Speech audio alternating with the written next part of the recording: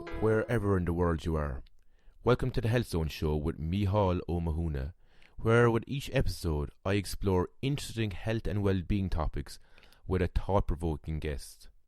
These topics can range from nutrition, relationships, spirituality, finance, creativity, mental health and much, much more, so that you can live a healthier, happier and more authentic life. Guests on the show vary from health experts, spiritual teachers, finance wizards, sports legends, to ordinary people with extraordinary lives. Find us on facebook.com/The Health Zone Show, or you can also join our Facebook group, The Health Zoners. We're also on Twitter, Instagram, Pinterest under The Health Zone.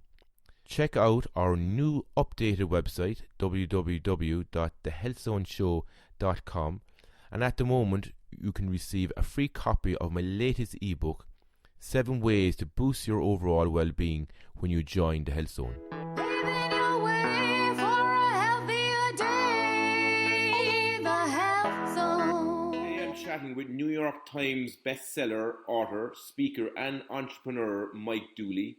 He was also a speaker in the documentary The Secret as well. Hello, Mike. Hello, Mícheál. Great to be with you. Thanks for this chance. You're very welcome, Mike. And just tell me a little bit about yourself, Mike, and what you do. Well, pretty conventional background. Nothing that would have indicated I might be a teacher in the realm of, spirituality. I have an accounting degree, worked for PricewaterhouseCoopers for 6 years, international tax.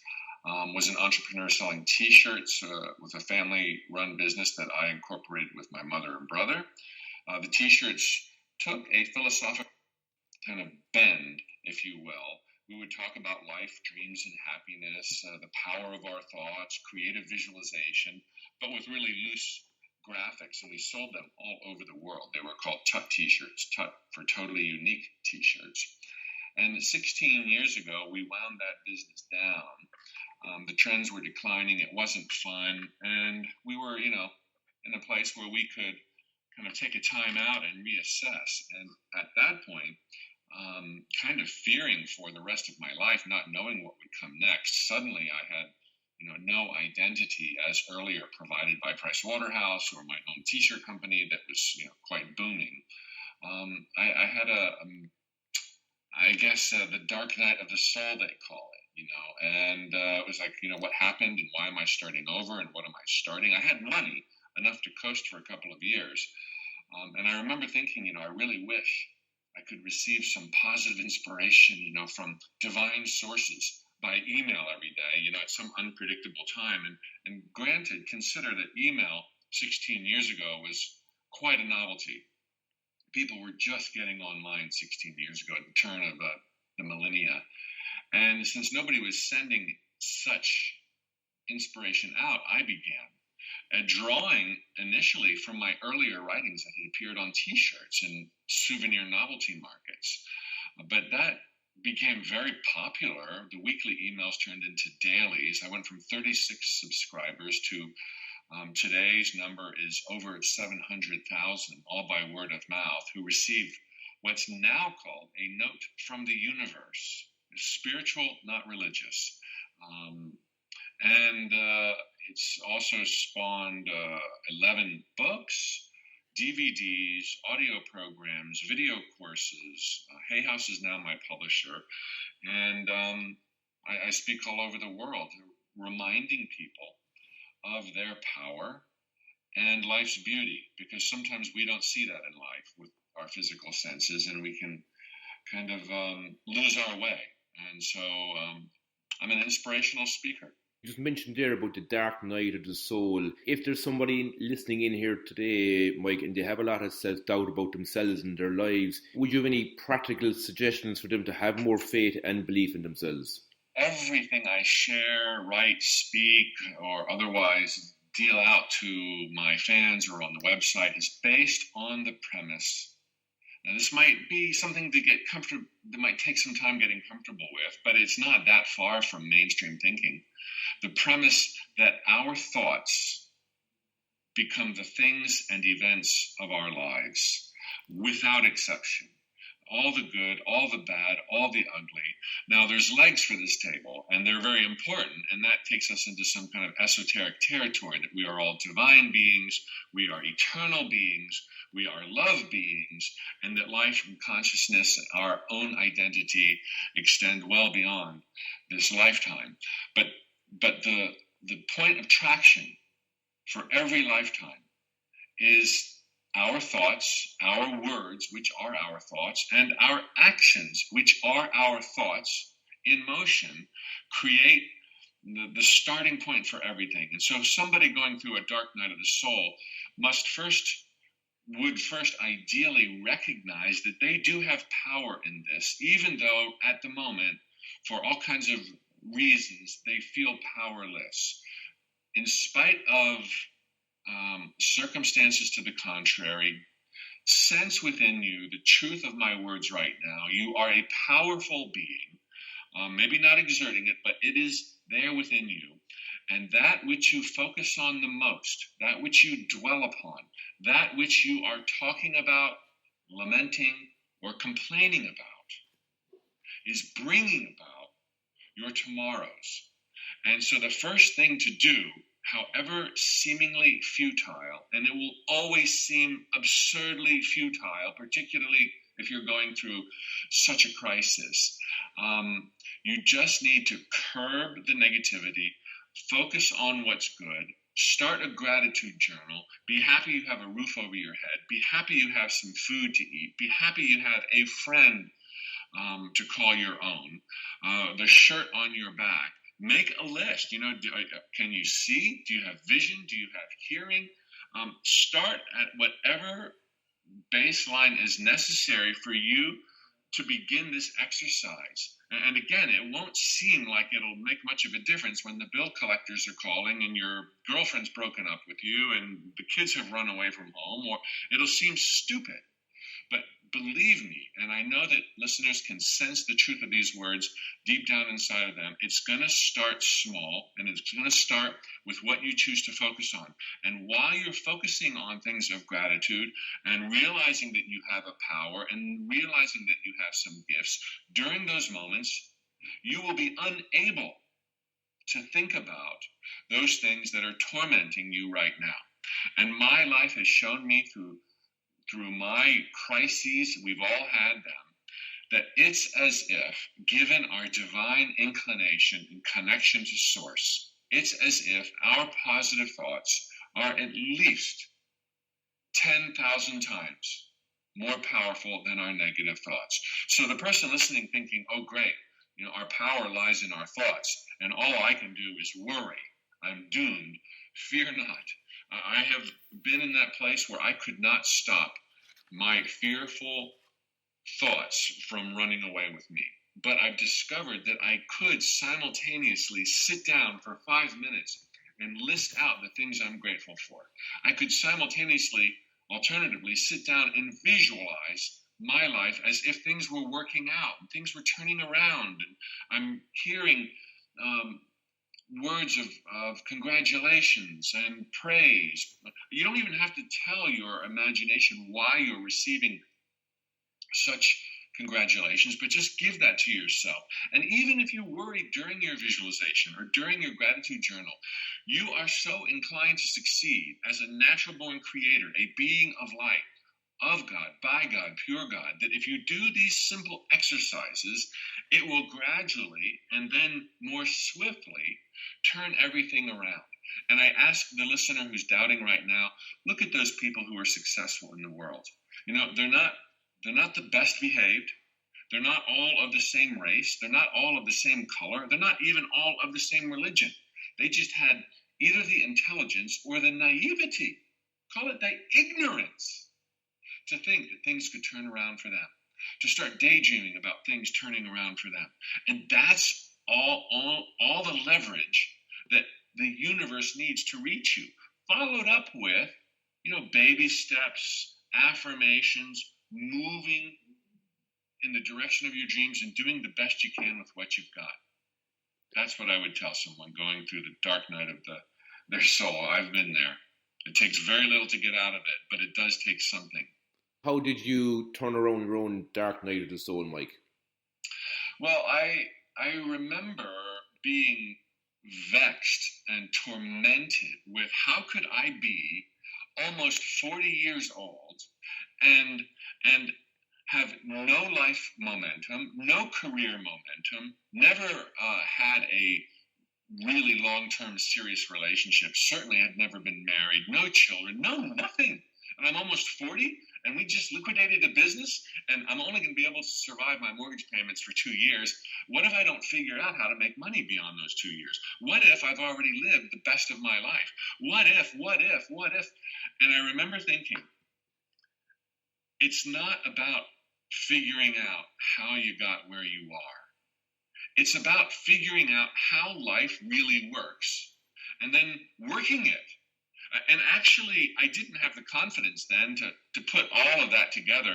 I remember being so perplexed as to explaining how my life wasn't going the way I thought it would be by the time I had reached 40, that I just threw my hands in the air and said, forget it. I'm not going to be able to figure out this thing. Nothing is adding up. I think I'm pretty rotten guy. I think I know what's going on, but yet the circumstances aren't pointing to that. So stop trying to figure out how you got to this dark night of the soul. It hurts too much. It's too painful. And focusing on it will only bring about more pain and more reasons to be disappointed in yourself. Instead, drill down to truth. By that time in my life, I was well-versed and well-read and well thought through these principles that I now teach. I knew that I was of God, by God, pure God. I knew that my thoughts become things. I knew that I was powerful and pushed on to greatness every single day. I knew that I wasn't being judged. I knew that there was no one other than myself who could decide how the rest of my life would go. So, drilling down to that, surrounding myself with books to that effect, creating vision boards and scrapbooks, however seemingly juvenile, these tools help you think along the lines of living a life you'd like to live, as if that's what was imminent for you rather than what's surrounding you now. And I just worked it going forward. And not only did I have big dreams and, the toys, the home, circles of friends on my vision board, but I knew that being excited about truth, just daydreaming about a grand life, would never be enough to change my life. It's never enough. There's that old Chinese proverb, to know and not do is the same as to not know.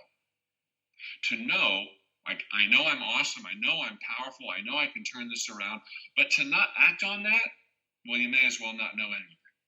Because you're not reachable by life's magic, by the serendipities, by all that is scheming on our behalf, if you will, if you're not out there reachable. You're contradicting yourself. It's like telling your car's GPS, I want to go to the coast, getting all happy about it, and then not putting your car in gear. Well, you're totally contradicting yourself. The instant you say you want to go to the coast, the instant you say you want to have creative, fulfilling work, the instant you say you want to have prosperity and abundance, the instant you say you want to have health and healing in your life, divine intelligence is like all over it. I totally know how to do this. I'm one with you. There's always a way with belief. And that's echoed in all religious tomes. But then, as also is mentioned in tomes, I was raised Catholic.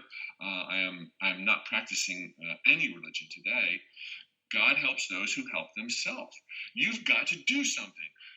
You've got to be that little moving part of the puzzle that has the alphabet in it, that little square 3x3 puzzle that we played as children that has one vacant spot.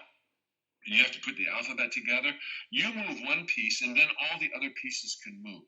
You move another piece, then all the other pieces can move. And the other pieces will know how to move through the edict given by your dreams. Your thoughts are trying to become things, especially your positive thoughts. So if you're envisioning the coast, or abundance, or a travel partner, or clarity, The universe is pressing it towards you, but it can't reach you until you just show up with a baby step, hence the term a baby step. And yes, it will seem utterly futile. Take it anyway, because then you unleash the magic. The universe is then able to take its steps, and then you take one more, even though nothing seemed to happen. And then it does all of its things. You take one more, again, to use the number 10,000, just because it is filled with a truth of the disproportion that the universe will help you. Positive thoughts are not only 10,000 times more powerful than negative thoughts, but when you take one step, the universe takes 10,000. Now, I'm sure the number is much bigger than that, but to kind of, show the import here, you take one baby step in the dark down a sucky dirt path. The universe will take 10,000 that will lead you to the yellow brick road. But you see not the yellow brick road. You see not where the staircase leads you, as Martin Luther King once famously said, until you take another step and another, and not until you're well on your way, focusing on what's at task, dealing with what's on your plate. This is not about abandoning responsibilities or just living to, some imaginative dream in your head. This is about, mastering each moment of your life, being further guided by grandiose dreams that thrill you, and however you want to define them. It could be financially, or it could be romantically, or it could be with, being of service. We get to decide that, and the universe starts marching. So long as we're taking baby steps, it'll reach us. How come sometimes what you're just talking about doesn't actually work for people? Well, a couple of reasons. Number one, many people are steeped in old dogmatic thoughts that tell them there ain't no way, there's not enough for everyone, life is hard, it's a jungle out there, we're all being tested, one day we're going to be judged, it's not going to be pretty. Where does someone feel any power in those kind of old dogmatic statements? I mean, what's the point of getting out of bed? If God decides everything, if everything is a test, what's the point of having any dreams? So they might get excited about a talk like this or seeing The Secret because it's coming from total truth and it's resonating in their spiritual DNA. But then they face the world and they watch a TV commercial, and the TV reminds us that we're getting older and that we need skin cream and that we need to do this and that we're falling apart and that life is hard and people are mean and can't be trusted. And we fall back into our old ways. But when people get grounded in truth, because there's a ton of books, a ton of speakers coming at these truths from a number of angles, including Lorna Byrne, if they get steeped in these new ideas that are so similar to what's also been echoed in the past, but not as loudly, then the day comes when you can't wait to get out of bed in the morning because you know you are of God, by God, pure God. You know you are favored by the divine. You know you've not been judged. You know there's no tests coming up. You know that your thoughts become things. You become optimistic, and all of a sudden an upward spiral takes off.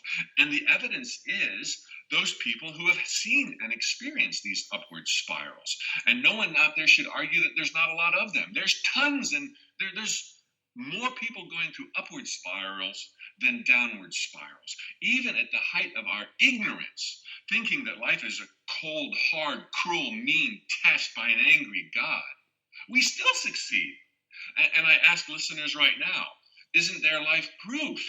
Haven't they all smiled more than frowned, laughed more than cried? There's no 50-50 in it. There's no survival of the fittest in it. We've blown the lid off of surviving. Haven't all of your listeners had clarity more than they've been confused? Had friends more than they've been all alone? Had money, even money, more than they've been at zero or in the negatives? I mean, we're so inclined to succeed. If we would just get out of our own way, then suddenly we would experience these upward spirals that others have shown us are possible, no matter what their color, culture, religion, creed is.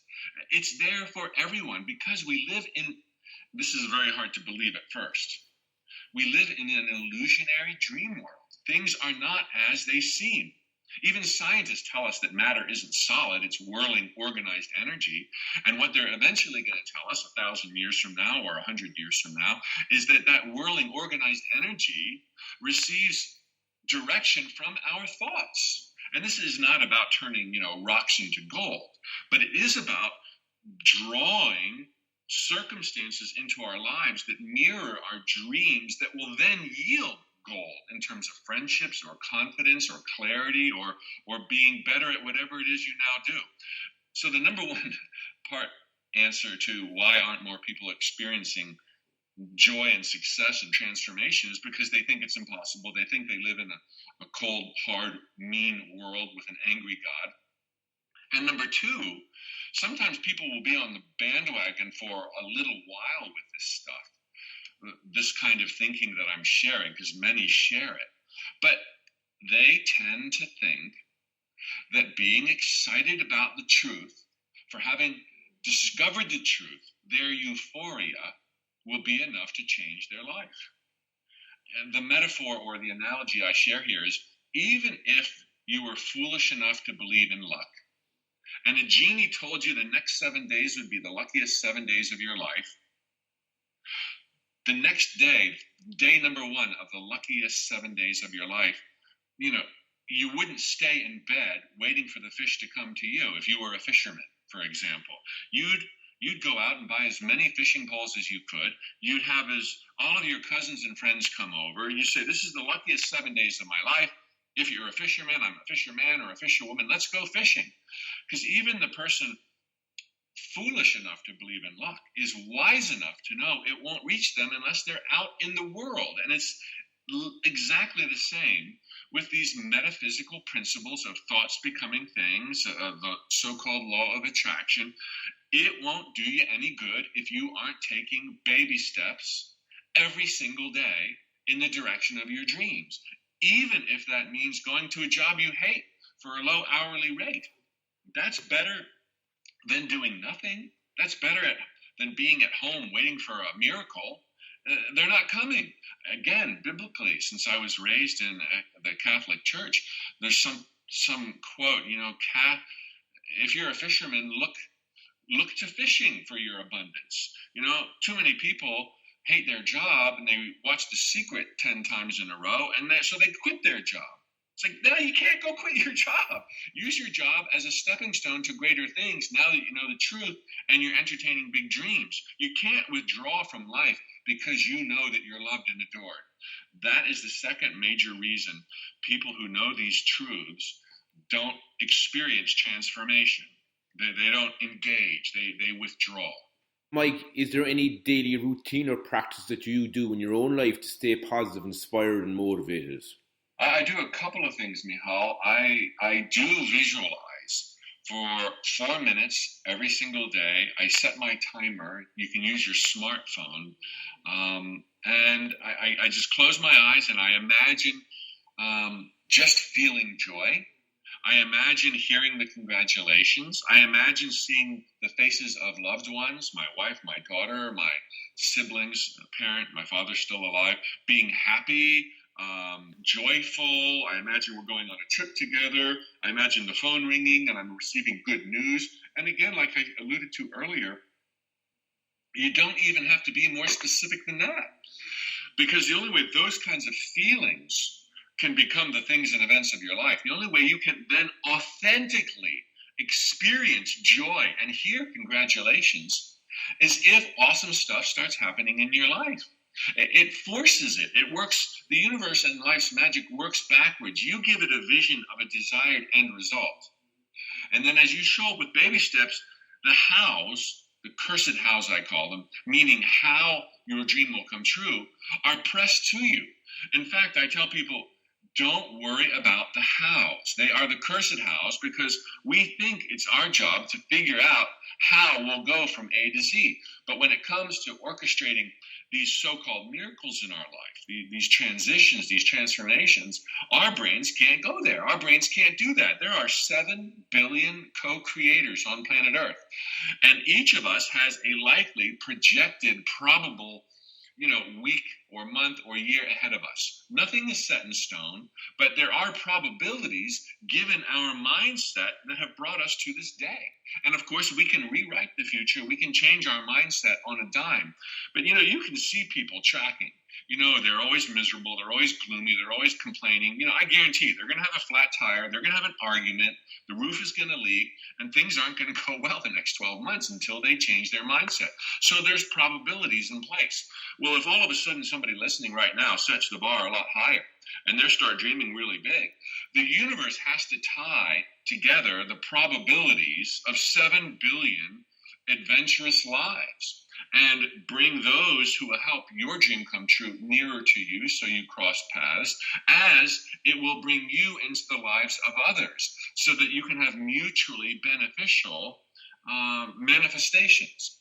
So it's going to take a little bit of time, and people need to be patient in that regard because it's not spontaneous. And Mike, you said there your thoughts create your reality. Do you think we start doing this the moment we arrive into the world, or does it start at another time in our lives? Oh, that's a good question, and it takes us to a realm that a lot of people are not comfortable going to. I believe that we are eternal, which is not far from what any religion will tell you. Although to a religion, you have to behave a certain way to have eternal life. I believe we all have eternal life, that we're all understood, that everyone's doing their best, that everyone can be rehabilitated no matter how evil or sinister they behaved in their life. But just as I believe, Mícheál, that, and many people do, that we are eternal beyond this lifetime. Well, wouldn't an eternal being therefore exist eternally before this lifetime? And I totally believe we do. And so therefore, there were thoughts, dreams, desires, expectations, lessons we wanted to learn that existed prior to choosing this lifetime. And I do believe we all, a form of us, a greater, higher self of ours, actually formulated and chose the stage upon which we would be born. At which point, it was then our thoughts. It is then our thoughts that start, our conscious and, deeper thoughts that start shaping our lives from the day we are born. So there is a work in process and a momentum that we bring with us into every lifetime, including a personality. And parents with more than one child will tell you that they are shockingly different. You can't even anticipate how different they're going to be. And that's because they are this tidal wave of joyful energy that existed prior to this incarnation that chose them as parents for the probable realities that would exist on that stage, which begs the question. I know what you're thinking, Mícheál, and listeners will likely be thinking, what about the child who's born and then put up for adoption immediately? What about the child who's born into an impoverished nation? What about, I can't even fathom the reasons that there would be such choices, but I can fathom that all is well in the world of God. I do believe in God. I am of God, but yet God is infinitely more than me. I do know that God didn't make any mistakes. I do know that families that are born in poor nations are still families. There's still love. There's still joy. There's still discovery. And there's still an opportunity to better yourself. We tend to look at impoverished nations and think, and feel pity for them. Mightn't many of them feel pity for us in the West who live our lives to a clock with a smartphone to a degree that we're communicating less and less and forgetting what family really means? It's not about, and my message is not about, hey, we should all live in financial abundance. That's an option, but life is about much more than financial abundance. And there are many more things far more important than financial abundance. But my point is, while I can't, with mortal eyes, explain or understand why some people would choose to be born into dire circumstances, I can still sense that there is order, that for them, in their eternal quest to understand the nature of reality, to experience and to be everything, everywhere, always, that there is order and that there is reason and that they knew what they were doing, and that lifetime is not the be-all, end-all of their existence. We tend to think that you have one lifetime and you better make the best of it. It's like, yes, life is that sacred, but no, we don't have one lifetime. We are eternal beings, and there is order whether or not we can see it. And Mike, in regard to disease and ill health, do you think people are creating this? I do think that we all create these things, and I know that might be salt in the wound, and that might sound insulting and very, very hurtful. And people will say, well, what about the child? I can only tell you there's order when it comes to the child, that they knew what they were getting into, and objectives are being met and achieved. When it comes to the adult, no doubt about it, we choose, we don't consciously choose, but we do choose our thoughts. And if our thoughts, for example, are in grave contradiction, we love God, but we don't like the priest. We love the universe, but we hate these rules.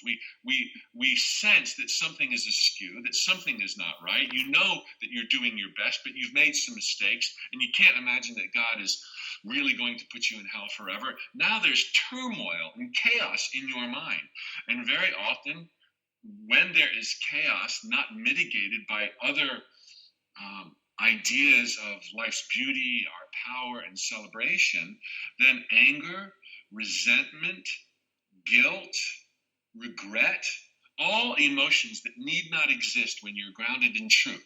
They're all understandable, totally understandable to the human experience, but they're absolved, they dissipate when you get to truth.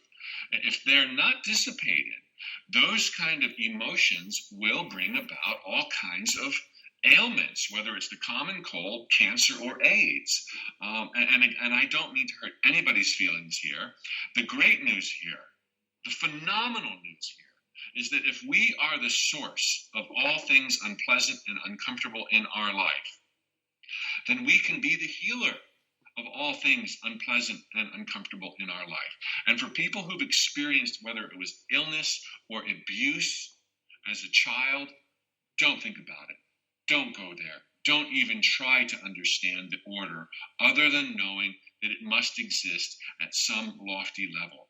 What's important today is that you made it this far. What's important today is that there's a beautiful world out there filled with much more love than hatred. If you watch the news, it doesn't look like it, but there is love at every corner. There is cooperation on every street. There is help, there is power, there is beauty, there is God everywhere.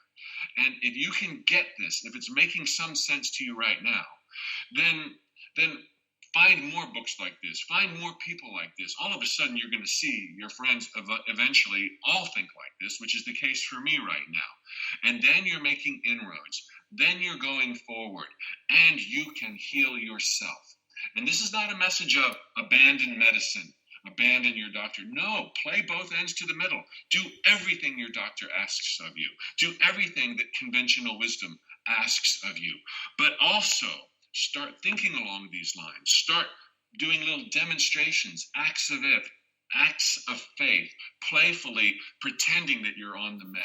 I talk about this in my book, Infinite Possibilities. I have 11 books right now.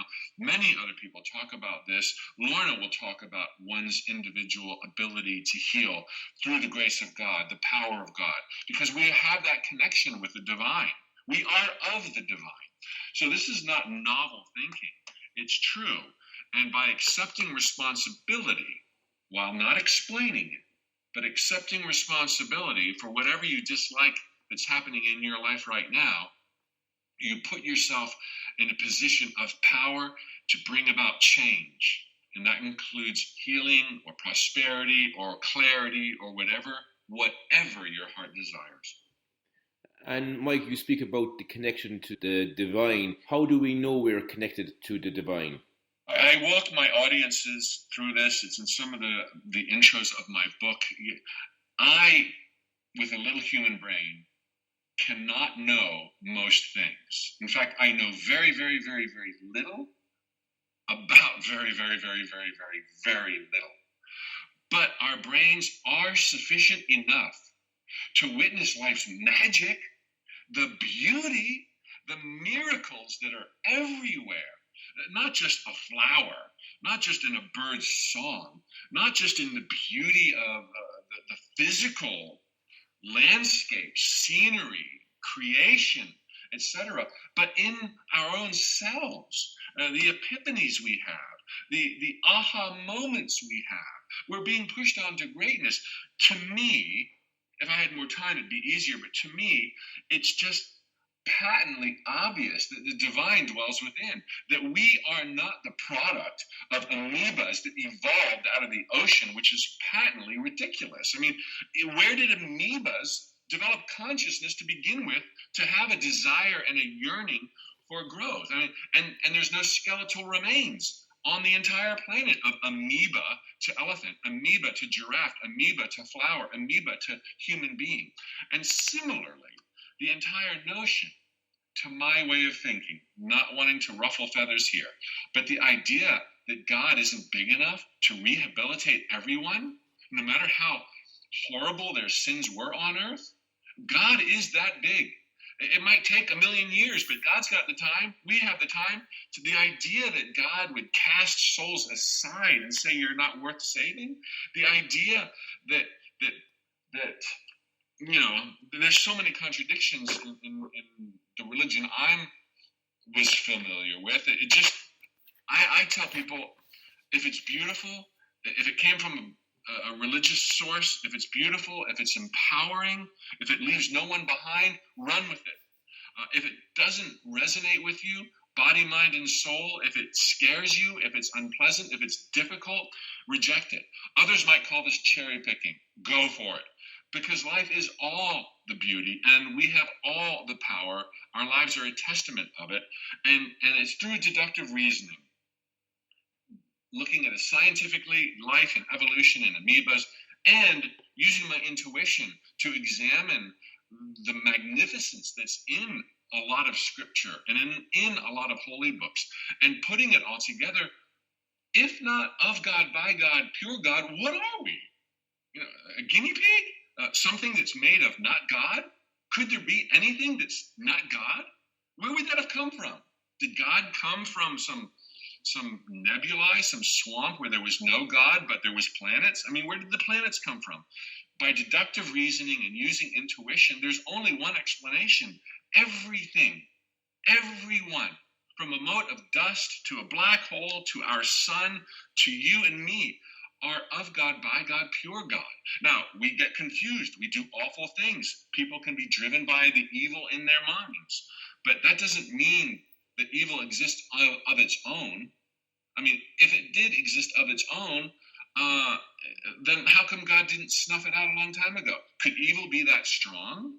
No, it's like through deductive reasoning, Mícheál, I have arrived at what I think is the only conclusion, that everything is a spark of the divine and is pure divine even now. If not, what would it be? Maybe simplistic for some, but... How does that all relate to spiritual accountability then, Mike? Oh, one of my favorite topics, thank you. And given my background as a certified public accountant, or your equivalent of a chartered accountant, I do think accountability and responsibility are everything. And the highest responsibility is asking the hard questions. Who am I? How did I get here? What can I do with my time and space, and how can I do it? And this is what we've been talking about all along, because it's irresponsible to just say, oh, I'm going to take what my parents told me, not ask any questions, and then do some creative visualization so that maybe the law of attraction can transform my life. That's not responsible. That's shirking your responsibilities. That's not asking any questions. I think we have that responsibility to do as I just said. Use your mind. It's not big enough to connect most dots, but it is sufficiently powerful to connect the simplest of dots that will reveal that God is everywhere, that we are in a bastion of perfection floating through the cosmos by order, by design, our lives evidence that we have a say in how things will go based on our decisions. So let's be responsible there.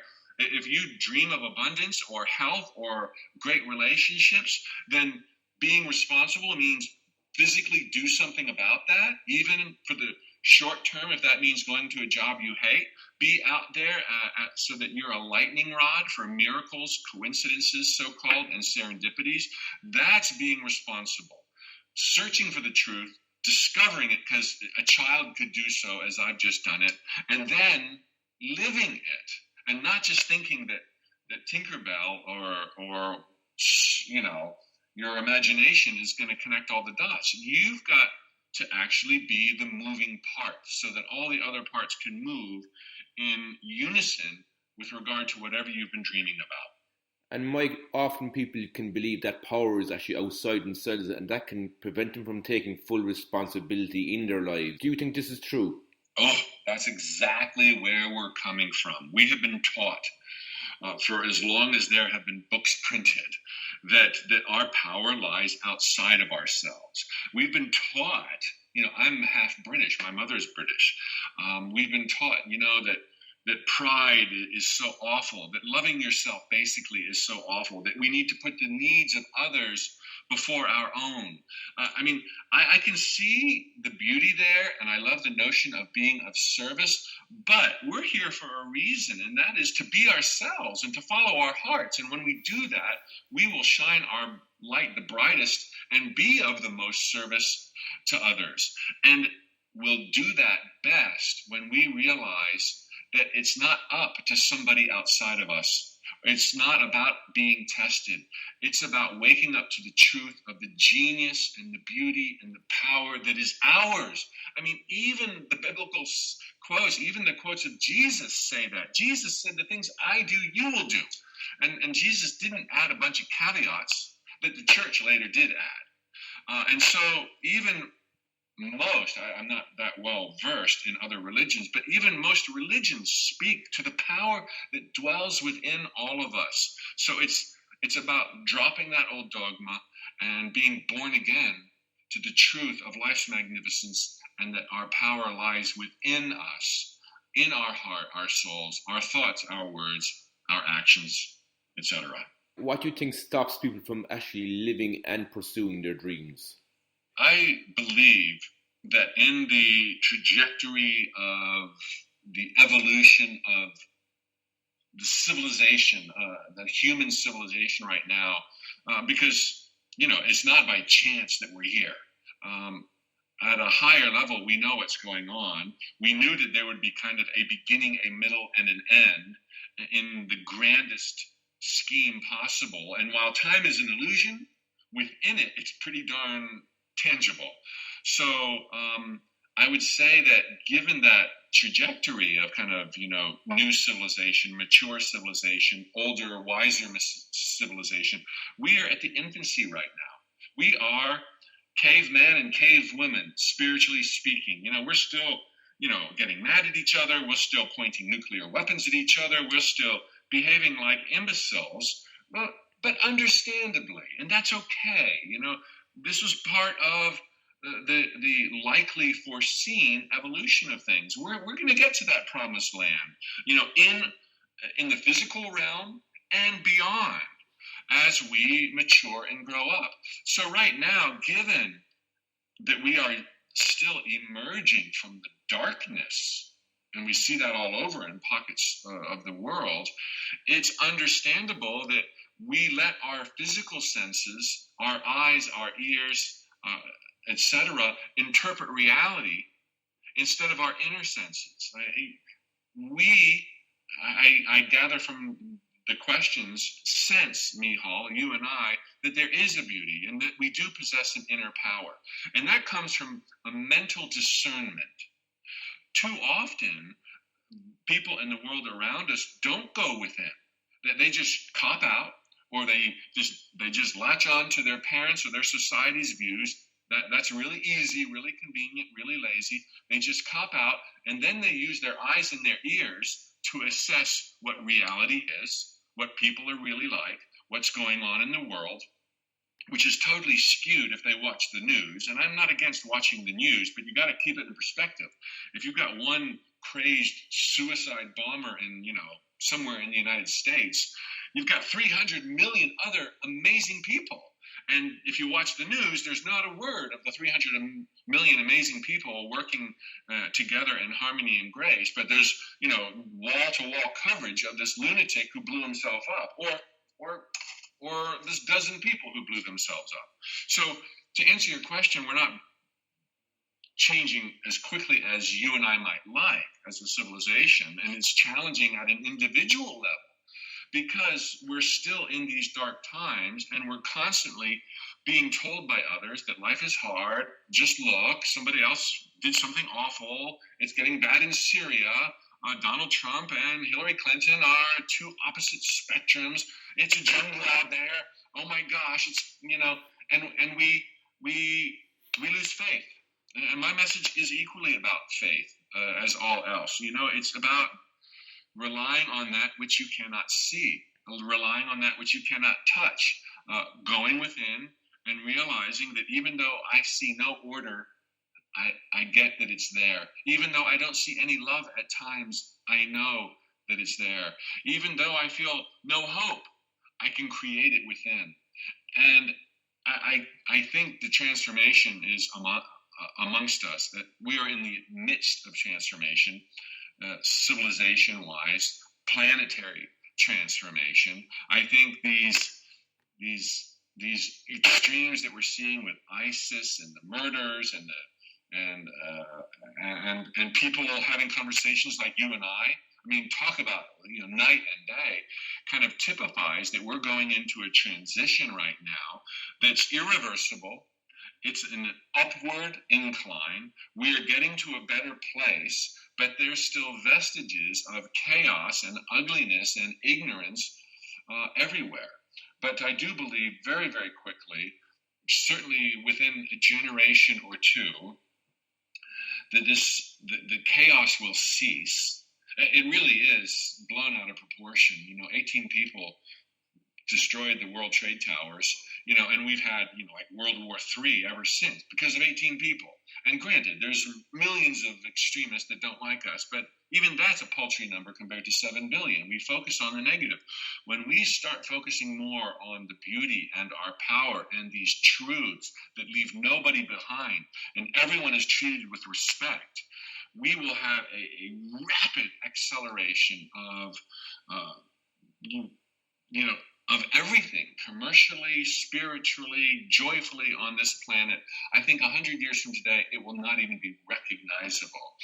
We will have gone so far into the light, into betterness, because that's the nature of God. That's the nature of us. The good is the nature.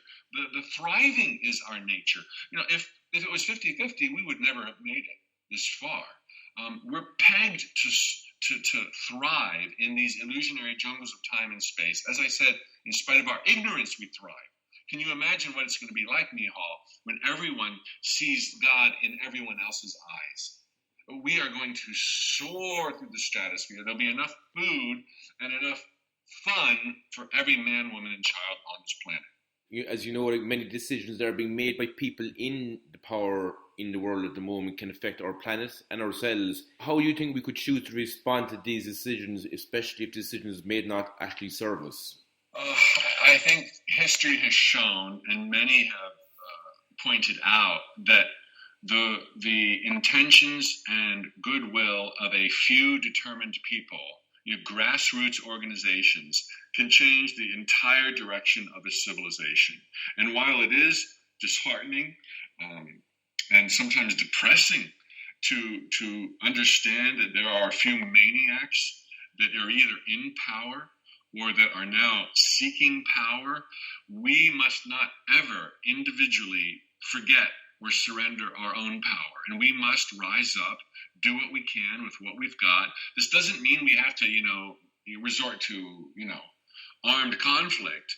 But if there's enough peace demonstrations, that energy will overwhelm an evil dictator. However contrary to physical circumstances that seems today, it will. That's the power of our thoughts. And when more and more people are thinking and speaking and moving towards a better world, there simply will not be room for dictators, nor will they be able in the future to rise up at all. So I would just say, don't be discouraged by the actions or decisions of a few, and don't think, this is where Lorna Byrne would come in to play with a realization that angels are real. Don't think that one person making one bad decision could actually blow up the world. It sure seems like that, but there are forces at play. There is God at play. There are realms and portions of our own personalities that we are not aware of at play that I truly believe have in the past and will, if necessary in the future, intervene to make it impossible for one person to lead an otherwise loving world or loving nation into total oblivion. And Mike, if there's people in our lives who may not believe this, how do you think we could build, say, bridges of communication to reduce the conflict or maintain the relationship? I think through example. It's not going to come from trying to show them the truth. They'll just move further away from the truth to the other end of the spectrum with resistance and anger. You know, that's how we feel when someone tries to tell us that we're wrong. So don't tell anybody that they're wrong, but as an example, as a person moved by goodwill and love of life, more and more joining organizations, everyone's going to kind of notice who is achieving what they wanted versus who is not achieving what they wanted. And they're going to see it's the people who move with grace and with love and with dignity and with respect for all who are prevailing and thriving, and those who are acting with fear who are not. And I would also like to toss out there that we need not feel vulnerable. I think the question I get most often from an audience member is, you know, what if I believe this spiritual stuff, but my partner, my spouse, my family, my parents, they think it's hogwash? And the question comes from a place of thinking that they're vulnerable and that their dreams are at risk because others don't get them or understand them. And that's simply not true. We are all untouchable, and no one is powerful enough to stop anyone else's dreams from coming true. And I want to point out, we talked about what is of value. And what I'm specifically addressing is no one can stop you from being happy. No one can stop you from being creative. No one can stop you from moving towards health and abundance. No one can stop you from changing your career. Now, if you had a partner who said, I refuse that you work, well, then you've got some issues and you have a choice. You still have power. You can say, look, I'm going to work whether you like it or not. Of course, moving with love in your heart and with regard to the family you may be raising, you know, all of that has to be considered, which hinges on prior decisions and commitments perhaps that you made. But 99% of the time, we are free to move towards happiness, creativity, career, and abundance, no matter what our family and loved ones think. So don't feel vulnerable. They can have their pity parties all day long. They're not going to hold you back. Just drill down to truth. Have your books. Have your meditations. And meditation, I simply mean your moments of clarity in thought, whether it's going for a walk or gardening or tending to the horses. Create that space for you and you'll become unstoppable. And Mike, I know you mentioned earlier that you do 4 minutes of visualization every morning. How do you do that on a practical level?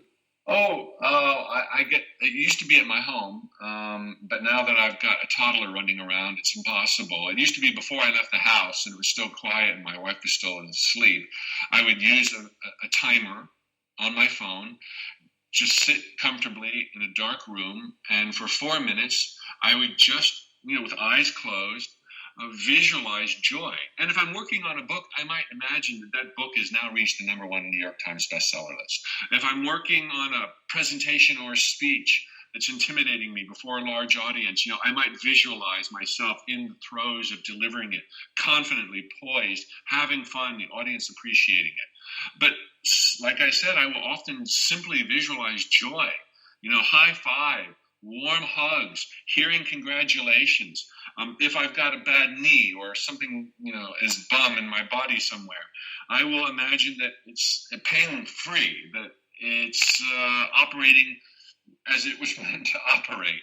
And, that's what I'll do just for 4 minutes, 4 simple minutes. But I overwhelmingly bring joy into that 4 minutes. It's not a task. I don't visualize cursed hows. This is how I will do that. I'll see things happening as an invitation to their possibility. But in my waking life, I'm open to all possibilities, and I don't insist on one path or person being my way. I now visualize at work. I'm usually the first in my office. So I do the same thing for 4 minutes, and I usually sit in front of a vision board. I know those sound hokey, but they're powerful tools. I've got beautiful homes and exotic destinations and smiling faces on my vision board, and I'll use that to kind of stoke the fire before I start my visualizing, and then I'll just envision the same things that I just shared with you. And I take the weekends off, and if I forget a day or miss a day, I don't get mad at myself. There's so much lenience and latitude when it comes to being successful when you know the truth, that you just don't worry about stuff the way you perhaps used to. When we're visualizing what we want, is there a practical way for us to prepare for the success then? Oh, yeah.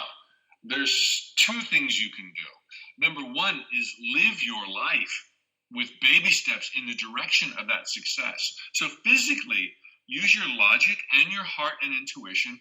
If it was, for example, a new career, physically do something about that new career. Maybe it's go back to school. Maybe it's continuing education. Maybe it's ask your boss for a raise or for a parallel lateral transfer to another division. If it's abundance, do something towards starting a company or making more abundance in your life. If it's relationships, get on a dating website, go out with your friends on a Friday or Saturday night, be available. When we program the magic with dreams, the universe is pushing it towards us, like I said earlier. So we have to be out in the world, even though those baby steps will seem futile.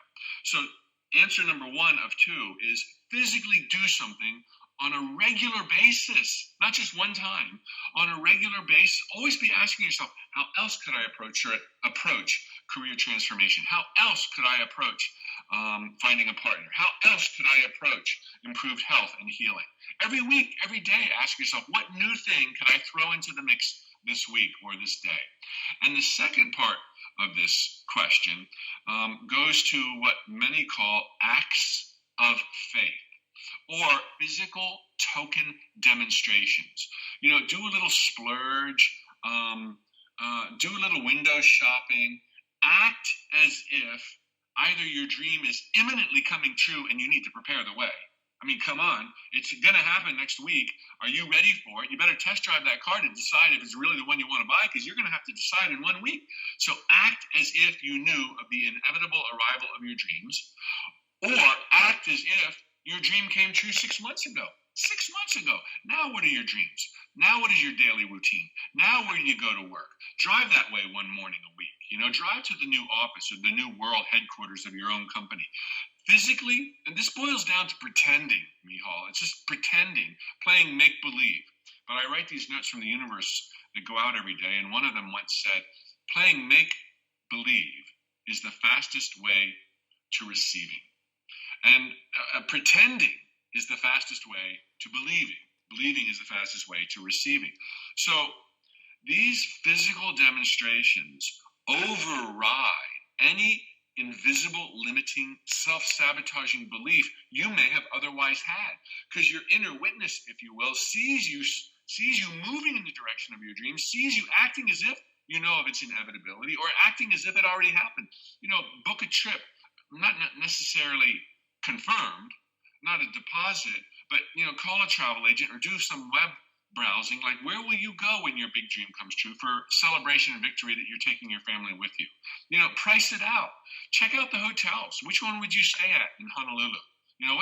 What would you do in your free time in Honolulu? by playfully pretending, this is part two of the answer. You're physically doing something about your dream that is rewiring your beliefs, creating a heightened sense of expectation and anticipation, making it possible for the universe for you to believe it and therefore daydream and think about it more and bringing about its manifestation quicker. And Mike, how important do you think it is for us to be happy before our dreams come true? Well, that's a tricky question. I would say it's not important because I don't want anybody feeling unhappy right now to think that they can't make their dreams come true even fast. But the happier you can make yourself, then the quicker they will come true. So happiness is why we're here. Happiness is the ultimate end result, the ultimate dream, the ultimate desire. It's why someone wants a travel partner. It's why someone wants to heal. It's why someone wants abundance. Everything is a cursed how towards happiness. So if people acted more on their happiness, short term and long term, being responsible long term is very important here. They would have the best of all worlds in abundance, with health, surrounded by friends, lots of confidence, moving with happiness. But often we feel it's elusive. Often we've lived based on other people's needs or old dogma for so long we don't even know what it feels like to be happy anymore, or at least so we claim. And we feel so far removed from it. Fear not. You are so pegged for success. You are so inclined to be happy. It's truly your default setting, every listener right now, that even if you fake it in that direction, just do something that you think is closest to what would make you happy, even though it won't make you happy. If you're coming from a real negative, dark space, and you don't know what would make you happy, do what is the closest to that. And make sure you do it on a regular basis. Go for walks, plant some flowers, be with animals, be of service, do some, secret good deeds. These things, start your gratitude journal. But most of all, be out in the world. It seems daunting and it seems futile. Do it anyway. And as you cultivate this happiness, even if it seems fake at the beginning, it will soon become genuine and your life will blast off.